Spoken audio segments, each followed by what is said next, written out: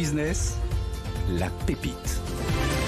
Hop hop hop, il est 6h16 et on est avec Cyrielle Ariel. Il me prend sa blague. Bonjour à tous. Eh bien oui, effectivement, nous allons parler de colis réutilisables. 33, une trentaine de fois. Bref, effectivement, hop, nous sommes ravis d'accueillir Charlotte Darmet, qui est la cofondatrice donc, du coup, de ce jeu de mots, de cette start-up hop, fondée il y a 2 ans. Et vous revendiquez avec vos colis réutilisables consignés, éliminés en 3 ans 1 million d'emballages à usage unique. Bonjour Charlotte. Bonjour. Comment ça fonctionne de manière très concrète? Alors hop, c'est un service de colis réutilisables à destination des livraisons e-commerce. Donc, concrètement, on travaille avec des partenaires e-commerçants. On leur fournit des colis réutilisables. Ce sont des poches en fait. Exactement, des pochettes à zip qu'on peut réutiliser. Le e-commerçant va mettre l'option sur son site pour que le consommateur puisse choisir de se faire livrer en 0 déchet. Et en fait, à la fin de son achat, le consommateur va renvoyer la pochette au lieu de la jeter dans une poubelle jaune.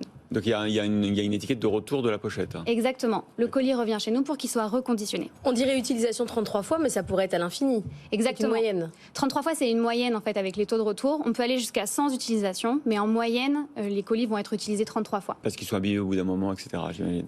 Oui, parce qu'ils reviennent à 97% à chaque cycle, donc ça nous fait 33 utilisations. D'accord. Okay. J'ai plein de questions. D'abord, est-ce que combien ça coûte pour le e-commerçant?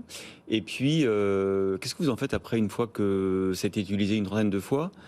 Et ceux qui disparaissent, ça m'a l'air d'être. C'est pas du plastique, ça? C'est pas du. Non? Qu'est-ce que c'est? Non, alors nos pochettes, elles sont fabriquées en textile. C'est des fins de rouleaux de l'industrie textile, de tissus imperméables ou de tissus d'uniforme, par exemple, des tissus techniques. En fait, on récupère ces tissus dans une logique d'upcycling pour en faire des pochettes. Et ce qu'on peut faire quand le colis est abîmé, c'est déjà le nettoyer, ensuite le réparer. Et si vraiment on ne peut plus l'utiliser, on a des mécanismes de recyclage pour chacun des éléments. Et combien ça coûte alors du coup? Ça coûte à partir de 1,50 € par expédition pour le e-commerçant. Ouais. Et donc c'est moins cher ou plus cher que d'envoyer ça dans une poche plastique ou un carton?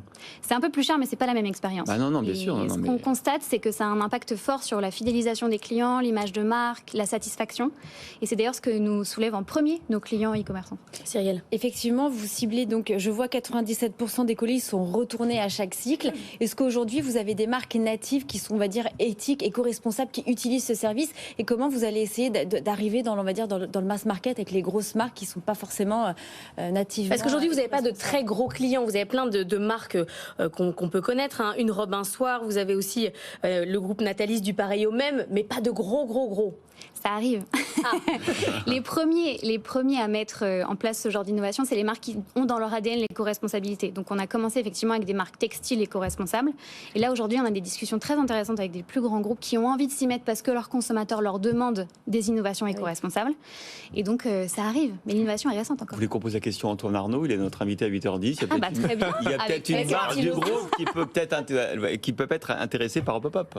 L'intérêt aussi d'avoir du réutilisable, enfin moi je pense tout de suite à ça, c'est qu'on peut injecter aussi de l'intelligence dans ces colis. Donc pourquoi par exemple une puce, un tracker GPS pour savoir si le colis est perdu, des capteurs d'humidité ou de chaleur pour savoir si la chaîne du froid a été rompue. Enfin il y a plein d'applications auxquelles on peut rajouter la technologie. Vous y réfléchissez aussi. Bien sûr. Elle est dans l'espace. Bah oui, on rajoute de l'intelligence dans tous les objets du quotidien. Déjà. Exactement.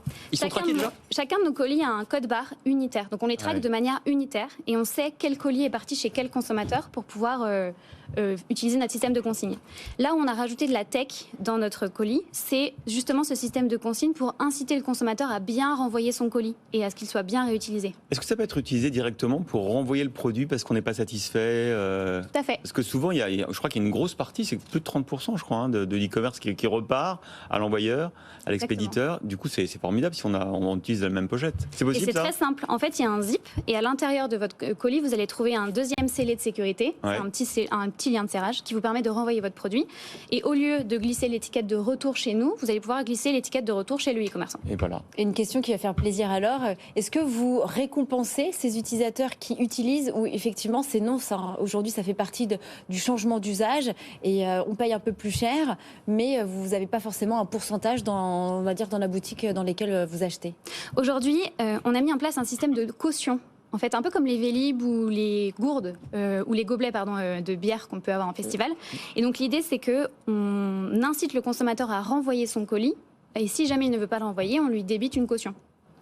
C'est ça le mécanisme d'incitation. Il faut changer un petit peu la culture française qui n'a pas l'habitude de la caution, moins bien que par exemple en Allemagne où c'est plus facile. Ce soir, Cyrielle, 23h, objectif raison d'être. Effectivement, on parle de matériel durable avec notamment le CEO de Kiloutou qui va être challengé par une jeune start-up qui s'appelle Shermat. Et puis évidemment en replay sur les sites. Dimanche. Oui, parce qu'on a 23h, on fait autre chose, on regarde le lendemain en replay et le week-end aussi en linéaire. Il fait pas beau ce week-end. En plus, il fait